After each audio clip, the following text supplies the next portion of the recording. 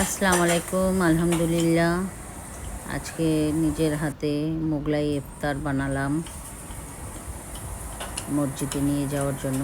আমরা প্রতিদিন 30-35 জন মহিলা একসাথে ইফতার করি। আলহামদুলিল্লাহ, থাইল্যান্ড পাতায়াতে মসজিদে মহিলাদের ইফতারের জন্য অনেক সুবিধা আছে। সবাই মিলে একসাথে ইফতার করি, খুব আনন্দ লাগে, ভালো লাগে।